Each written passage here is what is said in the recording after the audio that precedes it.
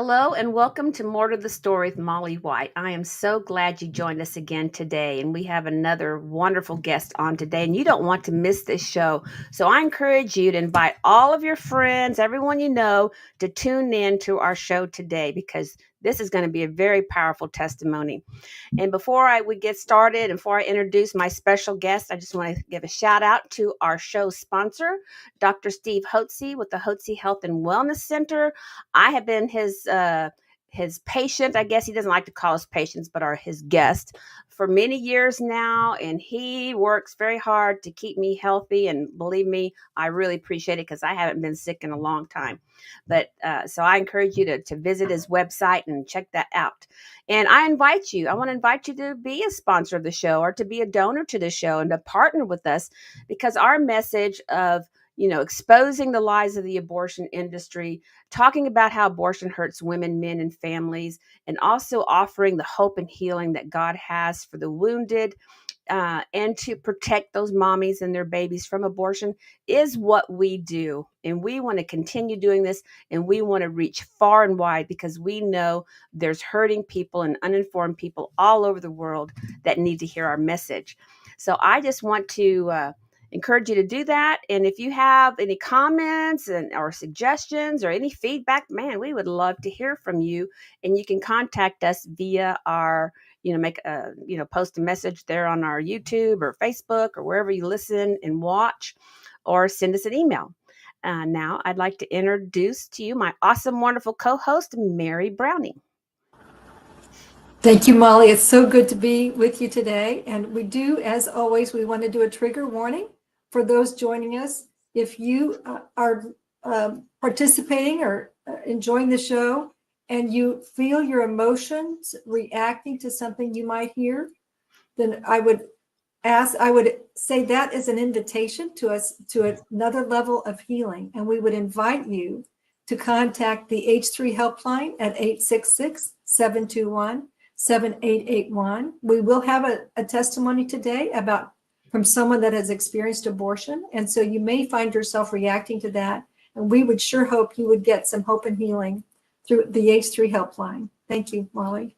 Thank you, Mary. And our guest today, Mary, we have not had a guest on that has a story like this before. And it's really, it's going to be new for, I think, all of our listeners and our viewers, but not new to those out there who might have had the same experience. And we're going to talk about judicial bypass abortion. That means a young woman can go to a judge who's already been screened by the abortion industry and get a rubber stamp approval to have an abortion without parental consent or knowledge. And so that's who our special guest is today. She is also a podcast host. She's a public speaker. She talks about her experience, and she's from the wonderful state of North Dakota. So I want to introduce Brittany Poppe as our special guest today. Hi, Mary and Molly. Thank you so much for having me. Thank you, Brittany. Thank you for coming on. And we're real excited, and not excited, but we're very intrigued to hear your testimony about judicial bypass abortion because like I said, we have not had a guest on who's had that experience. So kind of introduce yourself and then take us back to that time. Yeah. So as Molly said, my name is Brittany and I live in North Dakota. I am married. My husband and I have 2 small children. They keep us very busy. And in addition to just being able to raise them at home, I help minister to other women who have had abortions because that is a part of my story. I was 17 years old when I found myself in an unplanned pregnancy. And I had been kind of living this double life at this point. I had been in this relationship with a boy that my mom had kind of forbidden me from being with. And instead of doing the right thing and obeying, honoring my mom, I chose to continue that relationship in secret. And so a year and a half later, I found myself in this unplanned pregnancy and kind of at a crossroads of what do I do now? Because I can't continue keeping this secret if I stay pregnant. I can hide my pregnancy to a point, but I certainly cannot hide my child. And so, even though I had been raised in a Christian home, a home that valued all life, that believed that life was created by God, every single unique human being has value, I completely went against all of those beliefs and I chose to have an abortion, even in my state of North Dakota, which has a pretty pro-life reputation, by going through that judicial So how did you bypass. find out that was even a possibility, Brittany? Yeah, so I am a millennial. So I am the generation that's kind of, knows what life was like before we had the smartphones with the touch screens, but those were kind of becoming a thing at this time. And so I had, one of the first models of touch screen cell phones. And so I had access to the internet in my bedroom. And the first thing I did was Google, can I legally have an abortion under the age of 18? And what I found was that I absolutely could, even in my state of North Dakota. At the time, we had one freestanding abortion clinic. And it was in the same city that I was living in. And the Google search took me directly to their website where it talked about this thing called judicial bypass. And basically, it said that I would have to meet before a judge and get a signature of approval, and then I could have this abortion. And that sounded really intimidating to me because I didn't know how I would go about contacting a judge and asking them for this signature and all of these things. And so I called the abortion facility and they told me that it was extremely easy to do. I didn't have to do any of the legwork for that.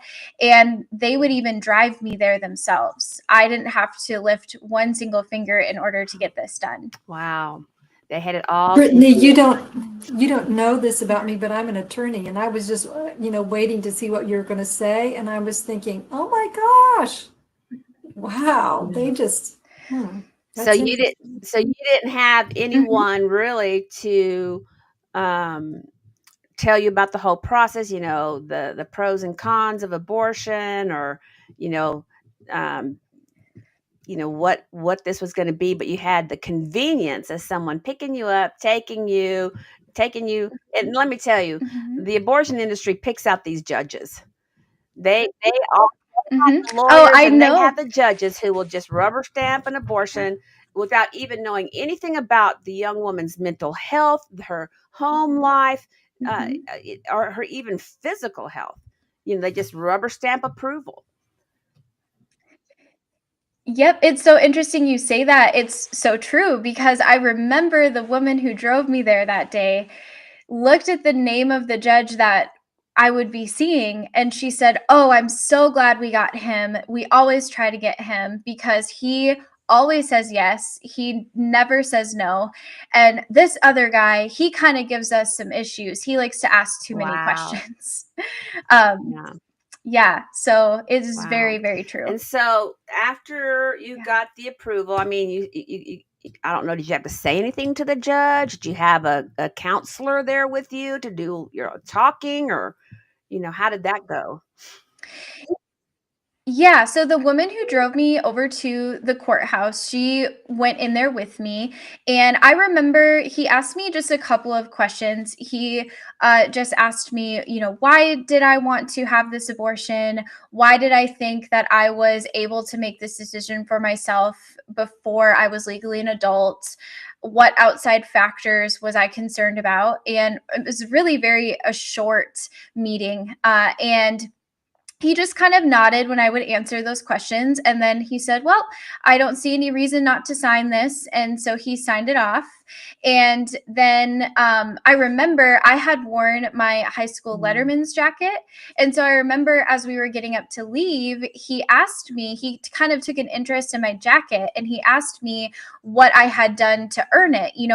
What activities was I in that I lettered in? And I mentioned that I was a musician. I played violin on my high school orchestra.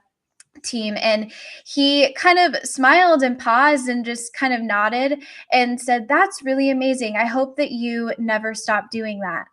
And sometimes I can't help but wonder if he knew that I would lose joy for the Wow. things in my life that I had once loved because of the immense grief that I Wow. experienced Wow. afterwards. I don't know if he did or not, because how can a conscience of someone who knows that kind of impact would continue to allow young Yeah. women to do that?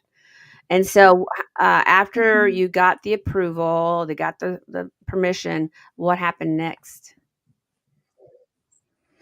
So the woman that drove me there, she drove me back, and she kind of was with me pretty much the whole time. So a majority of the other women, I didn't notice that they had a person that was literally almost kind of babysitting them. They were alone. Uh, all of our support persons, we were allowed to bring someone in the building, but they couldn't be in the waiting room with us. They had their own separate waiting room at this facility. But this woman was with me pretty much like right next to my side the whole time. And she, would just kind of say certain things that I would go through next. And I just kind of remember being in this waiting room and this like eerie feeling knowing that we were all there for the same reason, but none of us would make eye contact or look at each other. It was just really kind of almost like an out of body Mhm. experience during Right. this time. And did Yeah. you get any information at the abortion clinic? Did they counsel with you? Did they give you information on fetal development, on alternatives, any kind of support? No, well, I did not hear anything about fetal development. I wasn't given any other options.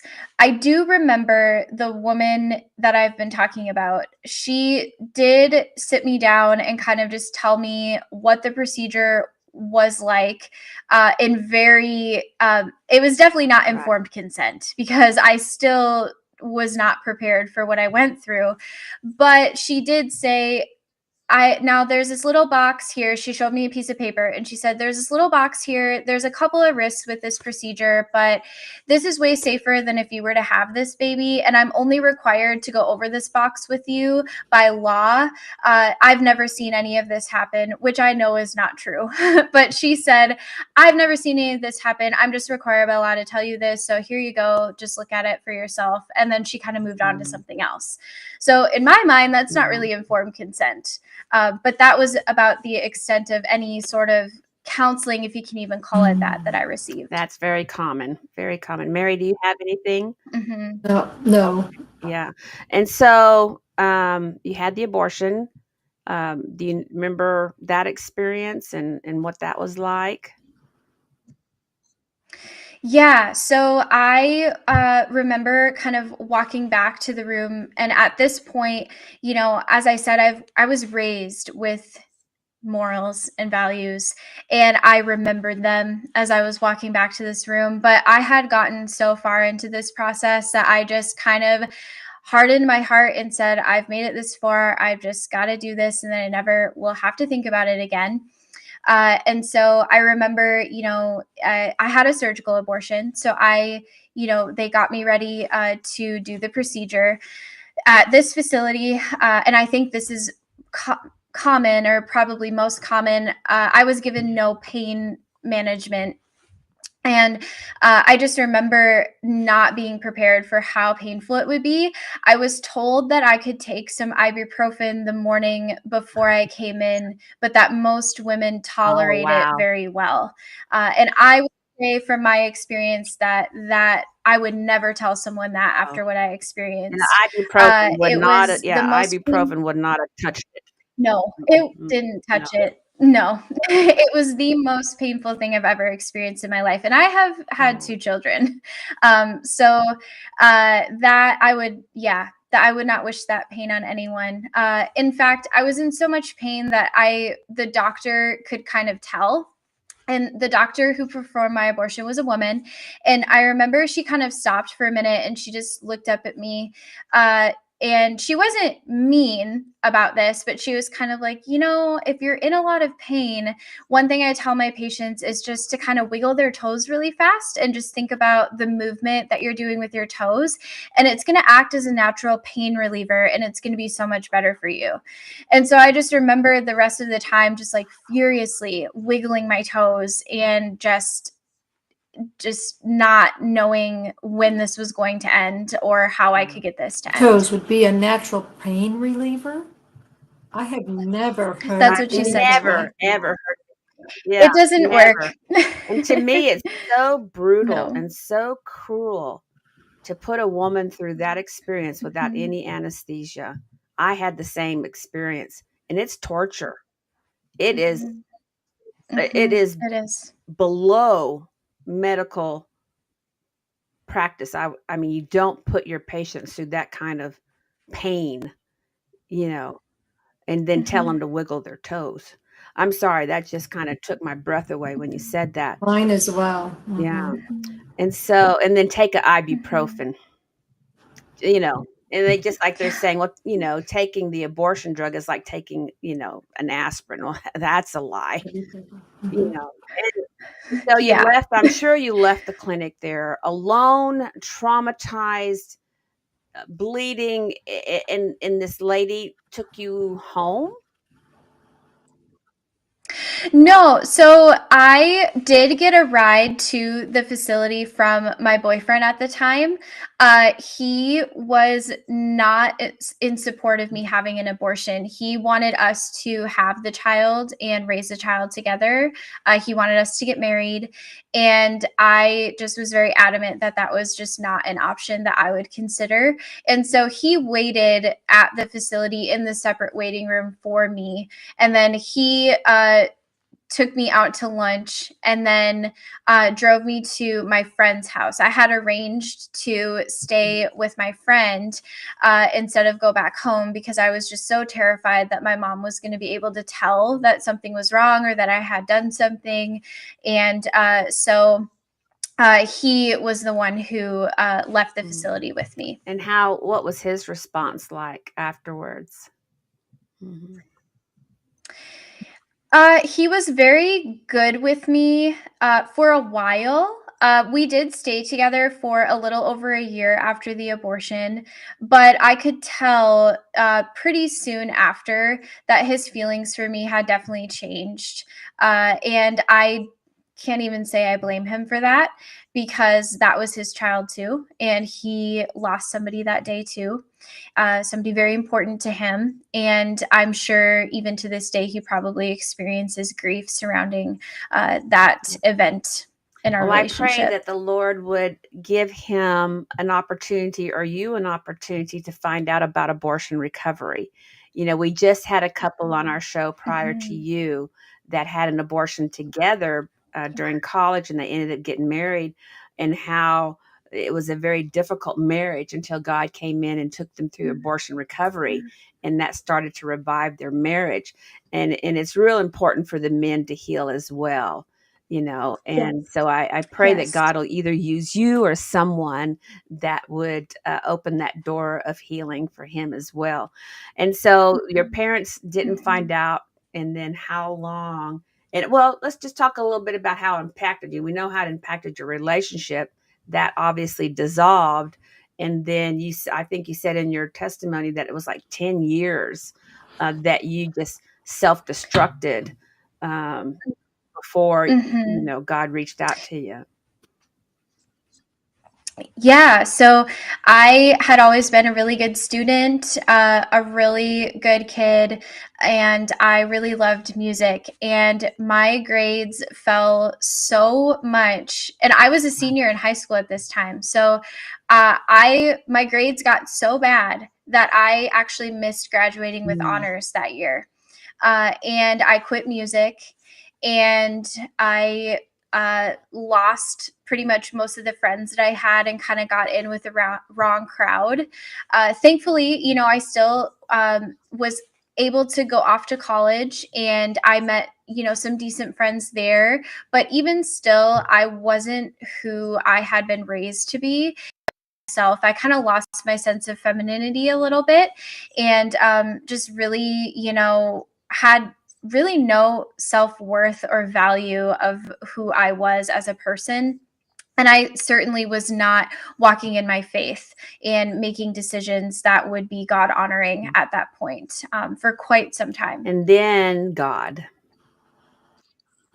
Yes, and then God. So real quick, just what were some of the self-destructive behaviors? Because there's so many of them. I know disrespecting yourself and feeling like you're not worthy of happiness or good relationships. It hurts our self-esteem, our self-worth, our self-value, and so we can make poor decisions from that. But also, we can have other issues like anger issues, trust issues, substance abuse. I mean, did that impact you in any way? Yes, I had a lot of anger issues, and I even went so far as to go to counseling for these anger issues. And I never connected them to my abortion, but I wasn't an angry person before my abortion. And so I now can see how that unhealed shame and guilt was contributing to all of this anger that I was experiencing. And I never told my therapist at the time either about my abortion. So she was able to help me with some of that anger, but it wasn't complete. We didn't get to the root of the problem. And so I was still kind of a lost soul for a while. And I would still kind of struggle with some other things, like even some promiscuity. I didn't really drink when I was not of legal age, but once I turned legal age, I definitely drank in excess. And I do think a lot of that kind of was to just, I felt more confident when I was able to have a few drinks and talk to people, because my self-worth had just gotten so poor. And so I definitely abused some of those substances for a few years in that time. And, I kind of would also almost sabotage relationships with people. Like, I would get close with a girlfriend and have a really good friendship, and would just kind of just sabotage it in some way.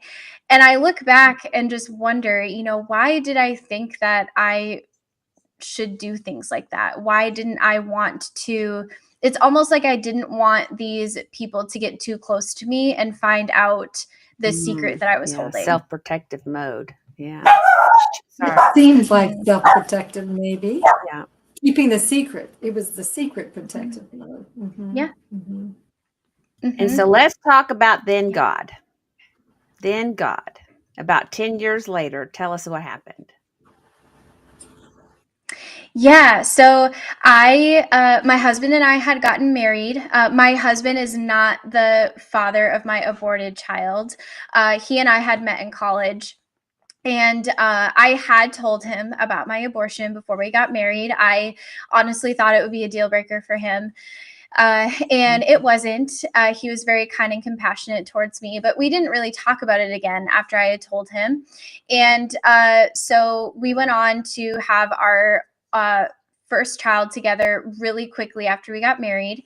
And I had a pretty traumatic birth with her. I had to have an emergency C-section, and then I experienced some postpartum hemorrhaging.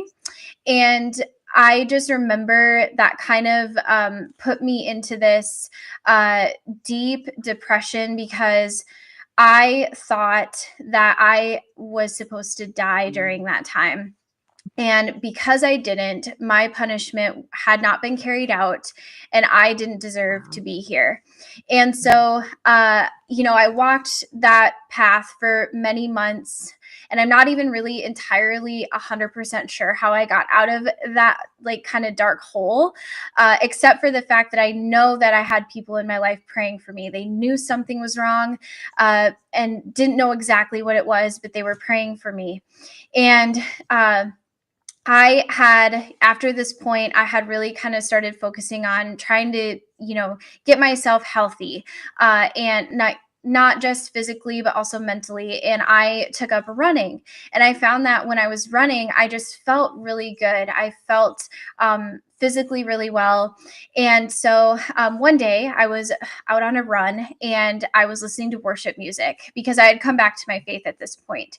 And a worship song came through my earbuds, and it was called One Step Away by Casting Crowns.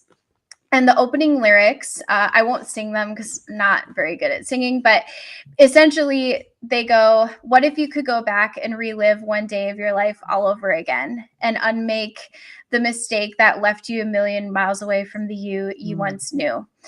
And I just felt like, even as I tell it, I just felt the presence of God so clearly in that moment. Like he was right there on the sidewalk running with me, and it just broke me. And I just stopped and started crying. And I'm sure my neighbors were like, what is going on with this woman on this run right now and alone on the sidewalk crying? But he really just met me there. And what followed were many months of him just prompting and prodding me to address this root of all of these problems I had had in my life, which was my abortion. And so he led me to take a Forgiven and Set Free Bible study. And in that Bible study, I finally was able to understand the immense gift that Jesus' sacrifice is for us, and that it was for me too. And it was okay for me to accept it and to just, accept the forgiveness that God had given me long ago when I'd asked him. And it was just the way that he met me in a place, you think you have to meet him at church, but he can literally meet you anywhere. And I'm just so thankful that he did, and that he continuously pursued me and did not give up on me. And he is a pursuer, isn't he, Mary? He's going to He pursue us. really is. Mhm. He And is. even if we don't feel like we're worthy of him pursuing us, he does not give up on us. His love is everlasting. His love is forever, even for us women who've had an abortion in our past. His mercy endures forever, and he wants us to be healed. He wants us to be set free from the trauma and the pain, the regret of that. And he wants to restore us. I mean, we're not the same person we were before our abortion, but we are better than the person we were before our abortion when we go through abortion recovery and we allow God to mold us into the creature that he created us to be. Do you have that same experience, that same feeling, the both of you? That's how I feel. Yes. I feel I'm better Yes, than I was absolutely. before the abortion, and definitely after the abortion. So, Brittany, you're young, and Mary, I know you have a question for her. We only have a couple of minutes left, and I would love for you to ask her that question we had talked about earlier. Brittany, I just wonder what you would have to say to those that are joining us that may find themselves in the situation that you were in, young, wondering what to do, what the future looks like, what to do with the pregnancy, the unexpected pregnancy, and then what would you have to say to them today? Absolutely. I was so terrified of the consequences that I would face from my mom if she were to find out that I was pregnant. And I would absolutely, in a heartbeat, go back to that moment, because the consequences that you have to live with knowing that you are the one who decided to end your child's life are far worse than the consequences that you could experience from your parents being a little disappointed in a choice that you made. Because I know that our parents' love for us is typically in kind of mirror of God's love for us. God loves us as a parent. Our parents may be disappointed for a moment, but that love and the gift of that child will far surpass any amount of joy that you think you may have, because that you choose to have an abortion. I would just really encourage you to choose life and understand that it is the most beautiful thing that you That's can do. beautiful, Brittany. And I'm sure we're out of time, but I'm sure that your relationship with your husband's improved, the relationship with your children has improved. But we want to give you an opportunity to plug your podcast, what prompted you to begin it and what you're hoping, your listeners would gain from it. Mm-hmm. Yeah. So after I went through that study and found my own healing, God really just kind of continued to nudge me that I needed to share my story and help others. And He kind of had placed this dream of starting a podcast in my mind years and years ago. And so that kind of came about again. And I listened to Him and I started my podcast called Does God Forgive Abortion?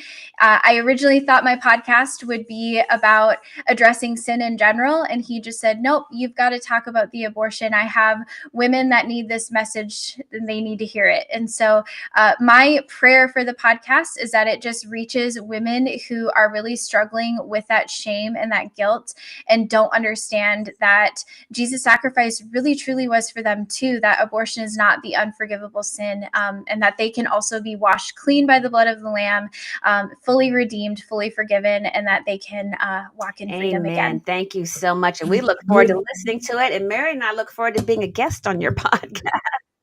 Yes, I would love that so much. And so if you're out there and you need help, we have the H3 helpline available. You can go to operationoutcry.org for more information. You can contact Brittany, which will have her information on the bottom of our screen. And we just want to invite all of you, if you've had an abortion, you've not healed from it yet, even if you don't think you've been wounded by it, we invite you to your healing and your restoration experience, because it's a hard journey, but it's a beautiful journey.